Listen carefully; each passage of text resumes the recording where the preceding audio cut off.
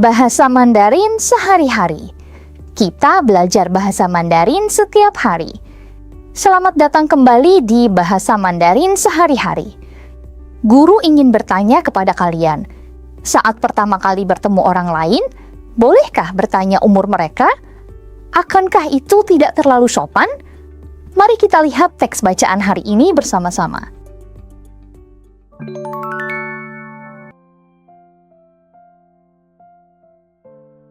玛丽，请问你今年多大了？诚实，你这样问玛丽不礼貌。对不起，我忘了，你们的习惯跟我们不一样。在我们国家，习惯第一次见面就问年龄，因为我们的语言里有敬语，跟比自己大的人说话要用敬语。没关系，你刚才问我的时候，我有点吃惊，现在我理解了。李明，中国人也有这样的习惯吗？中国人的习惯跟他们不太一样，一般第一次见面不会问年龄，熟悉了以后才会问，而且一般是年纪大的人问年轻人。我明白了，咱们已经见过好几次面了，我是不是可以问你的年龄了呢？呵呵，我是2001年出生的。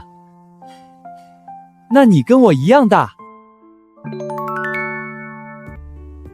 Melalui teks bacaan, kita melihat Mali, Li Ming, dan Jin Chengxi. Tiga teman sedang mengobrol. Mali dan Jin Chengxi baru pertama kali bertemu.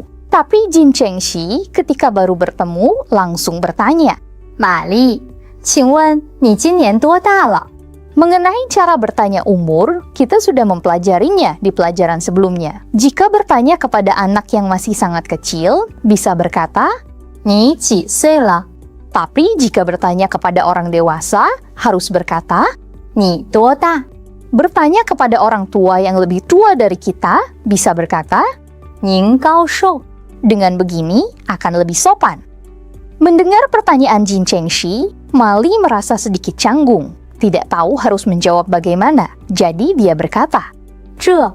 Dalam kehidupan sehari-hari, jika kalian tidak tahu bagaimana menjawab suatu pertanyaan, kalian juga bisa berkata seperti ini. Di saat seperti ini, Li Ming segera berkata, 诚实，你这样问玛丽不礼貌。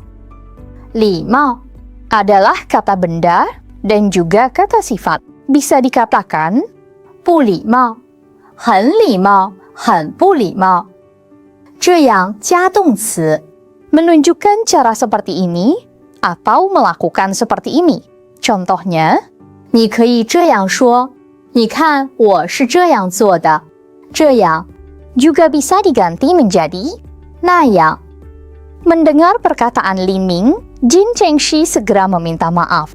对不起，我忘了，你们的习惯跟我们不一样。习惯 di sini adalah kata benda, menunjukkan hal yang sering dilakukan atau adat istiadat suatu tempat. 你们的习惯跟我们不一样。Ini adalah bentuk yang sering digunakan.